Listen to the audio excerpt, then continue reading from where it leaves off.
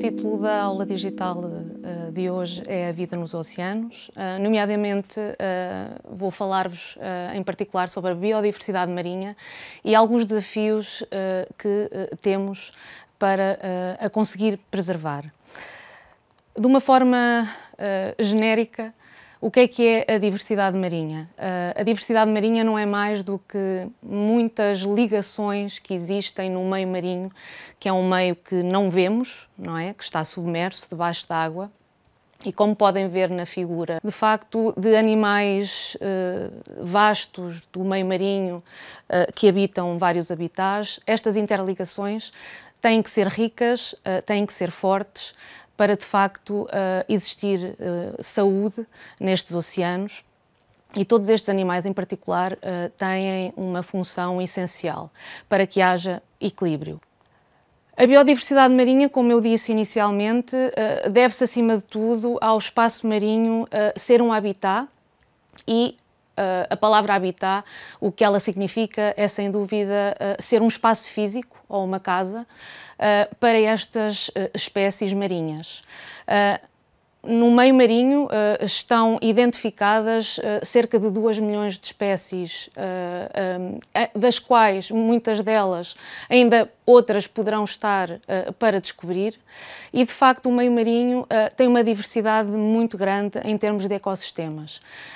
Como podem ver neste slide, nós temos uma vastidão de ecossistemas que vai desde os oceanos polares, onde habitam ursos polares, focas e outros organismos, as zonas de costa rochosa e intertidal, que têm uma planóplia também de seres vivos muito diferentes, desde invertebrados, lapas, mexilhões, a serem zonas de descanso e de nidificação para aves marinhas ou mamíferos marinhos, como as focas. Temos também zonas costeiras de recifes de coral, zonas de florestas submarinas e mesmo estuários, dos quais temos vários exemplos aqui em Portugal continental, como a Ria Formosa, Estuário do Sado, Ria de Aveiro, e também outros ecossistemas em mar aberto, e também, finalmente, um ecossistema em que existe ainda muito por descobrir, que é um ecossistema de mar profundo. Então, como tenho vindo a referir, de facto, nesta cadeia de interligações, existe o que é chamada uma cadeia alimentar, não é? Em que todos estes seres estão interligados entre si.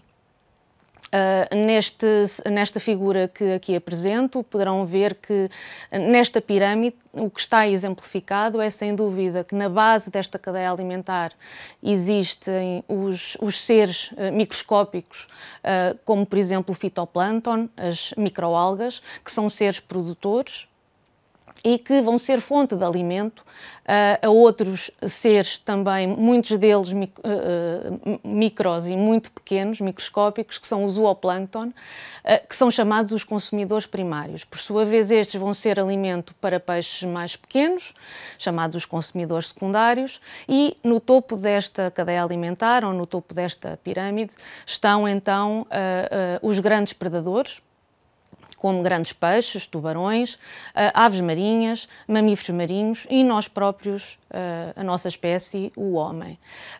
Estas interligações poderão não ser lineares, portanto, há predadores de topo, como por exemplo as baleias, que poderão se alimentar não só de peixes pequenos, mas também de zooplâncton, assim como grandes predadores que se podem alimentar de peixes pequenos e pequenos peixes que não se alimentam só de zooplâncton, mas também de fitoplâncton.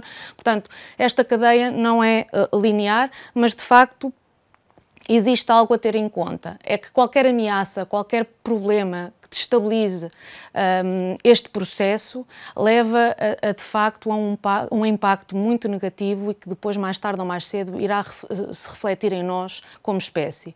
Eu tenho aqui um exemplo do vosso lado direito, em que poderão ver, por exemplo, que ao haver sobrepesca e ao se capturar em demasia determinadas espécies de peixes comerciais, vai levar a uma diminuição do estoque desses mesmos peixes, que por sua vez Eles, ao estarem no topo da cadeia e por existirem menos, vai levar a que exista, por sua vez, um aumento de peixes pequenos. Vai haver que haja um aumento, por exemplo, também de medusas de que se alimentavam. Tudo isto vai levar a uma maior diminuição de, por exemplo, fitoplâncton ou zooplâncton, portanto, dos consumidores e produtores, e poderão levar, por exemplo, a destabilizações que poderão levar a aumento de algas tóxicas, os volumes tóxicos de toxinas. Pronto. Isto é apenas um exemplo de facto, algumas ameaças que poderão comprometer esta cadeia alimentar e que mais cedo ou mais tarde se vai refletir no próprio homem. Eu vou-me focar nos mamíferos marinhos e, sem dúvida, estes animais são espécies de algumas famílias e algumas ordens que são animais muito emblemáticos, sem dúvida, e carismáticos, e que existem, de uma forma geral, 4 ordens a que eles pertencem. Temos a ordem dos sirénios, de onde passam, por exemplo, os manatis, temos os pinipédios, onde estão incluídos os leões marinhos e as focas, temos também a ordem dos carnívoros, onde estão incluídos os ursos polares e também a lontra marinha, e, finalmente, uma ordem onde existem um maior número de espécies, é a ordem dos cetáceos, onde estão incluídos as baleias, os golfinhos e os botos. Nesta ordem dos cetáceos existem cerca de 90 espécies de cetáceos identificadas em todo o mundo, que habitam vários tipos de ecossistemas. Temos espécies de rio, temos espécies de mar aberto, espécies mais costeiras, e destes cetáceos eles podem se subdividir em 2 tipos. Os cetáceos que têm dentes, os chamados odontocetes, e os cetáceos de barbas, chamados de misticetes. Alguns exemplos concretos para os 2 tipos são, por exemplo, os animais de barbas são, sem dúvida, como podem já saber, as baleias, e os de dentes são, de facto, os animais que existem em tamanho pequeno ou em tamanho enorme, como, por exemplo, o cachalote. O cachalote muito facilmente, às vezes, é identificado como sendo uma baleia, mas é muito mais próximo de um golfinho, porque, de facto, é um animal, um cetáceo com dente. Os cetáceos são animais marinhos, não é? São mamíferos, mas são descendentes de mamíferos terrestres. No entanto, há cerca de 50 milhões de anos que se tornaram marinhos. Houve uma adaptação gradual ao meio marinho. O que levou a esta adaptação gradual e o que pode ter condicionado esta adaptação ao meio marinho poderá ter sido, sem dúvida, a necessidade de procurar novos alimentos, mas continuam a ter algumas peças no seu corpo, nomeadamente no seu esqueleto, que são facilmente identificadas com serem mamíferos e serem bastante semelhantes com várias espécies de mamíferos terrestres. Nós vemos aqui nesta figura, em que de facto temos o diagrama de membros de alguns animais e também um nosso membro humano, portanto um braço humano, e os ossos, os tipos de ossos diferentes que existem e que são bastante semelhantes entre o humano, entre um morcego, um cavalo, um gato e também uma baleia. E de facto existem estas semelhanças que são muito próximas. O que os faz ainda reter alguns destes vestígios de serem mamíferos e serem semelhantes a alguns mamíferos terrestres é, por exemplo, em algum período da sua vida, terem pelos. Portanto, os cetáceos que normalmente se associam a animais de pele muito lisinha e sem pelos, até aos 5 dias de vida, em todas as espécies, existem no bico alguns pelos que depois se perdem. Gradualmente houve então, com o passar dos tempos e durante vários milhões de anos, algumas adaptações ao meio marinho, e nomeadamente uma das importantes é de facto terem uma camada de gordura espessa, portanto o leite materno dos cetáceos é muito rico em gordura, o que lhes permite ganhar então esta gordura espessa com que resistem em termos térmicos, não é, às baixas temperaturas de estarem constantemente na água.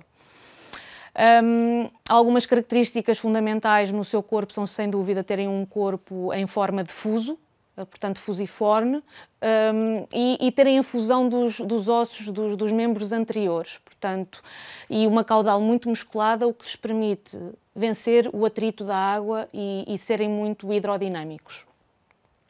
E também terem desenvolvido métodos muito particulares para se alimentarem no meio marinho. Os odontocetes, isto é, os cetáceos com dentes, têm um mecanismo que é chamado de ecolocalização, que se associa a um chamado biossonar, portanto eles emitem um eco em que depois é refletido na forma do que eles poderão estar a detectar, pode ser uma presa, pode ser o seu meio ambiente. E as baleias de barbas têm, portanto, umas camadas de barbas que, portanto, são feitas de queratina e que usam para filtrar o plâncton de que se alimentam. Portanto, as baleias de barbas, ao engolirem grandes volumes de água, depois com a língua expelem a água e os pequenos peixes e micro-organismos que estavam nessa água acabam por ser filtrados e retidos nessas barbas. A importância dos cetáceos no meio marinho é muito grande, portanto eles têm um papel ecológico crucial e extremamente importante. Portanto, eles são peça fundamental no ciclo de nutrientes do meio marinho. Portanto, eles alimentam-se de krill e depois, nos seus mecanismos de expelirem e de defecarem, acabam por alimentar o ciclo de nutrientes à superfície.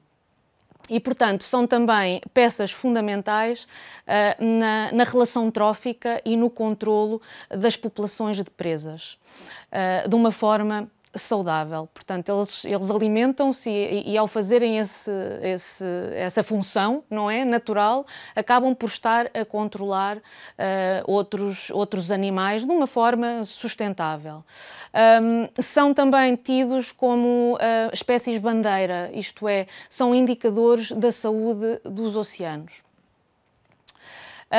No entanto, infelizmente, existem algumas ameaças a estes animais e tenho aqui alguns exemplos nestas figuras que aqui apresento. Até tempos recentes, portanto, até há poucas décadas atrás,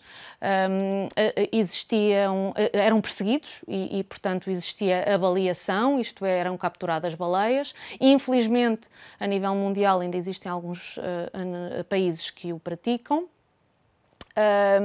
Portanto, houve algumas espécies de grandes baleias que foram levadas quase à extinção e, apesar de terem sido protegidas mundialmente nos anos 80 do século XX, ainda existem algumas populações de algumas espécies que ainda não recuperaram.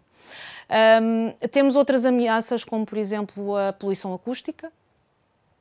Temos a poluição química, não é? O lixo marinho. Temos um alto nível de tráfego marítimo, o que leva à colisão de grandes embarcações com estes animais. Temos um problema de sobrepesca, isto é, mundialmente nós, seres humanos, temos um esforço de pesca muito grande e capturamos grandes quantidades de peixe e acaba por escassear alimento aos cetáceos e a outros animais marinhos, grandes predadores.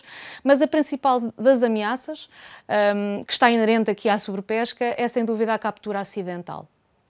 Isto é, os conflitos que existem entre estas espécies e as embarcações de pesca. Portanto, mundialmente, a principal ameaça é, sem dúvida, a interação com as pescas e Portugal não é exceção e aqui temos também um problema a resolver.